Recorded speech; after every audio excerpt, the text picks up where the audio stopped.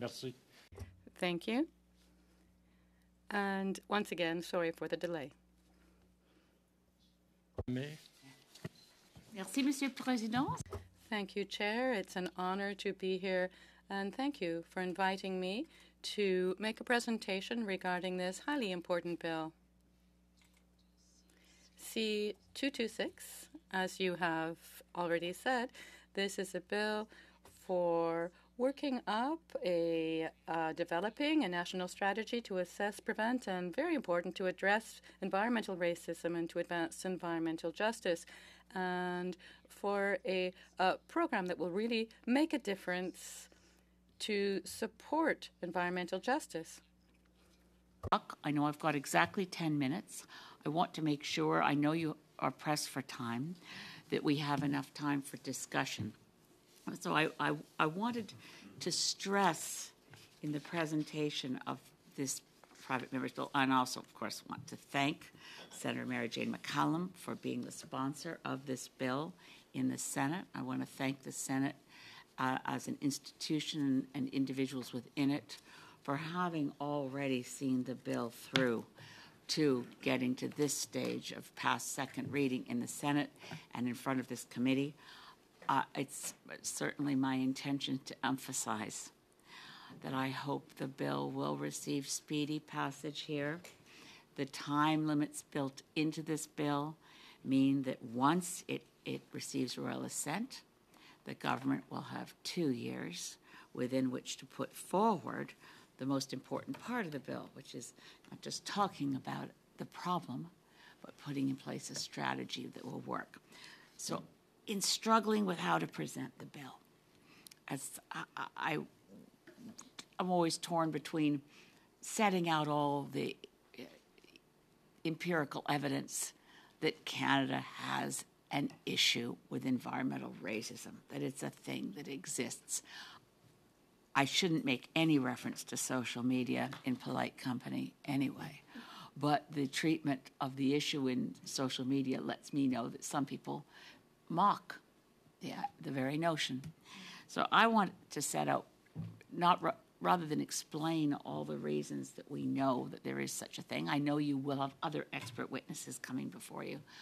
I want to briefly summarize how I came to this issue, but more importantly, to set out what other jurisdictions have already done, because we are not dealing here in Canada with an unknown issue or with a tabula rasa.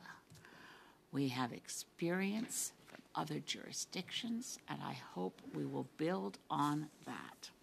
So again, I want to thank the chair and the members of the committee for being here today. I first started working on this issue so very long ago. I'm from Cape Breton Island before I was from Vancouver Island. And in working on an issue which some of you may recall, the issue of the Sydney tar ponds. They were Canada's largest toxic waste site. And working on that issue through the 1990s and in the early 2000s, Canada's largest toxic waste site was the creation of putting a steel mill in what became industrial Cape Breton in the beginning of the 20th century. And that steel mill used extremely contaminated local Cape Breton coal, created a toxic waste site out of what had been an indigenous fishing grounds. And it created what became known as the Sydney tar ponds, les étangs goudrons de Nouvelle-Écosse à Île de Cap-Breton à Sydney. So these tar ponds in Sydney are what I'm mentioning here.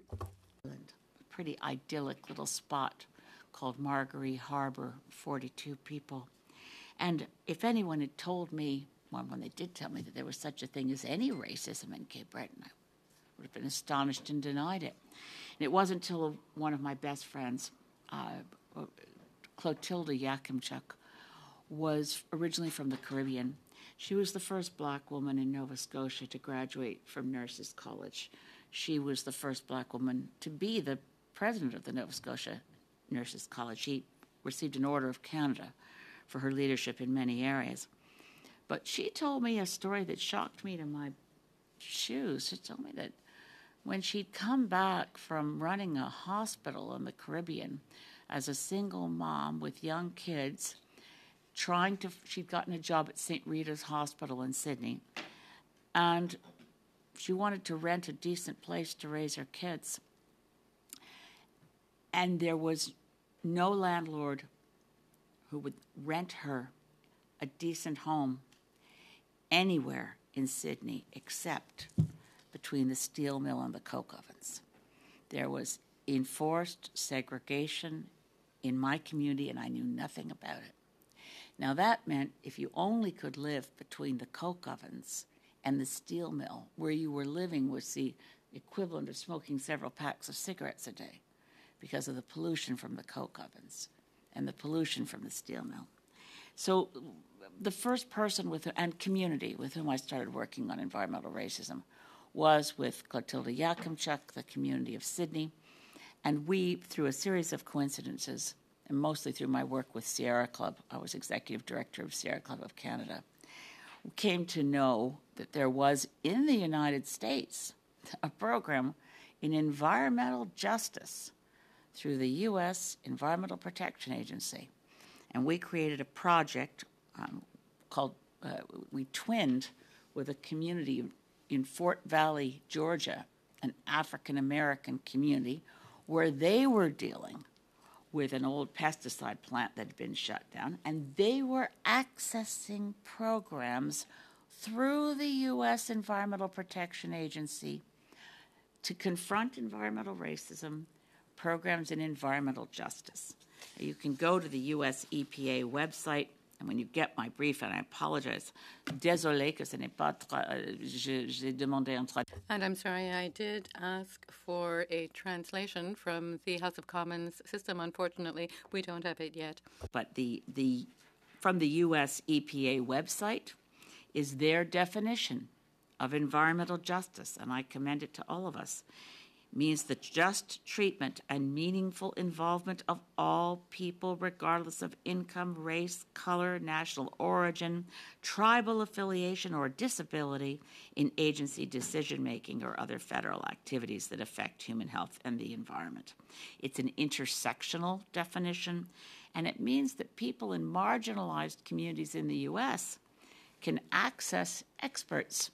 They can confront the deep pockets of polluters with their own experts, lawyers, epidemiologists, hydrologists, doctors, to help to get a rebalancing of the power imbalance between the polluters and the communities. So we approach C-226 with experience from other jurisdictions. I also want to commend to this committee work from Europe. The United Nations Economic Commission for Europe has a convention called the Aarhus Convention, which is a convention that deals with access to information, public participation in decision-making, and access to justice in environmental matters. Aarhus is a city in Denmark.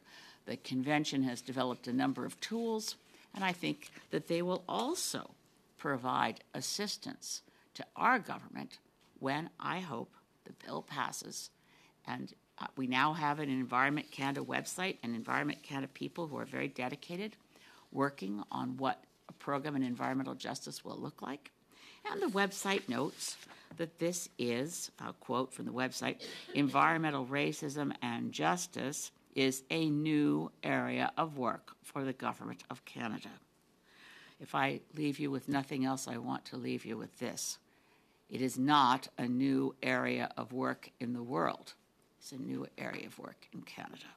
We have experience from the United States, a program since 1994, which has grown and even recently grown even further under the Biden administration. Tools for environmental justice are not bumper stickers.